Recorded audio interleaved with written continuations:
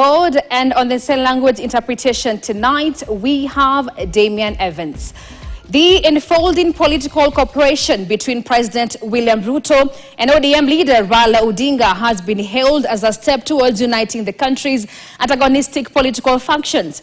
The debate took center stage during the funeral ceremony of Baringo Senator, the late William Cheptumo, in Baringo North, attended by President William Ruto and his allies. Ken Gashohe reports.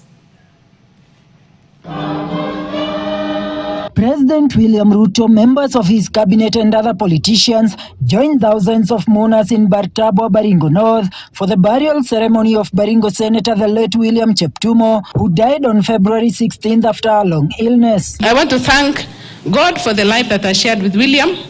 I will never regret having married William. If he came back again, I'll still marry him. So if I could go back and somehow have the opportunity to choose my father for myself, I would choose him a billion times over without taking a beat. And on the things we have always agreed on, you can be sure I won't let you down. I have never done so, and I won't start now. So enjoy the show, Dad. The late Cheptumo was hailed as a development-oriented leader who left a mark in the society. Tunasherehekea maisha yake kwa mchango wake wa masomo katika sehemu hii, maendeleo katika sehemu hii, na mambo ya amani. Your Excellency, familia ya Cheptumo Kaparkalanya clan ni pale mama yangu ametoka.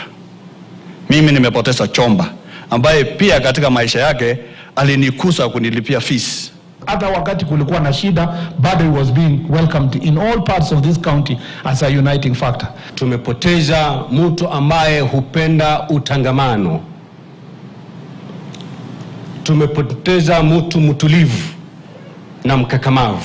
Here, politics took center stage as key leaders in government defended forging of a working relationship between President William Ruto and ODM leader Raila Odinga after he lost the AUC chairmanship battle. If you look at the manifesto of Kenya Kwanza, there was universal health coverage, there was housing. If you look at the manifesto of Azimio, there was universal health coverage, there was housing.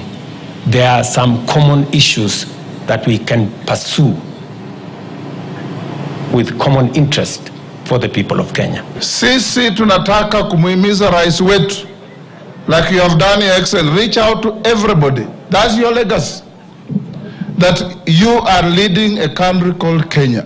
Aliyekupigia kura, aliyekupinga, asiyekupigia kura. Wakati huu ambao Kenya inataka viongozi walete utangamano, tuna viongozi wengine ambao wanataka kupasua Kenya hii kwa misingi ya kikabila. President Ruto reiterated the importance of improving road network, especially in areas that have never had tarmac roads before, for equitable development. Wakati nimesema tunajenga barabara kutoka Isiolo kwenda mpaka Mandera kilomita 750 kwa takriban shilingi bilioni 100, watu wengi hawaelewi what I am trying to say. I am trying to say we need equity in the Republic of Kenya. We need to go as a country. We need to be able to unite to make sure ya kwamba all the development we get across the 47 counties is measurable. Other leaders present defended the government and its policies against recent attacks by a section of the clergy. Mimi naona saa nyingine watu wanauliza kama Ruto anaendesha Kenya vizuri, kwa nini kuna kelele?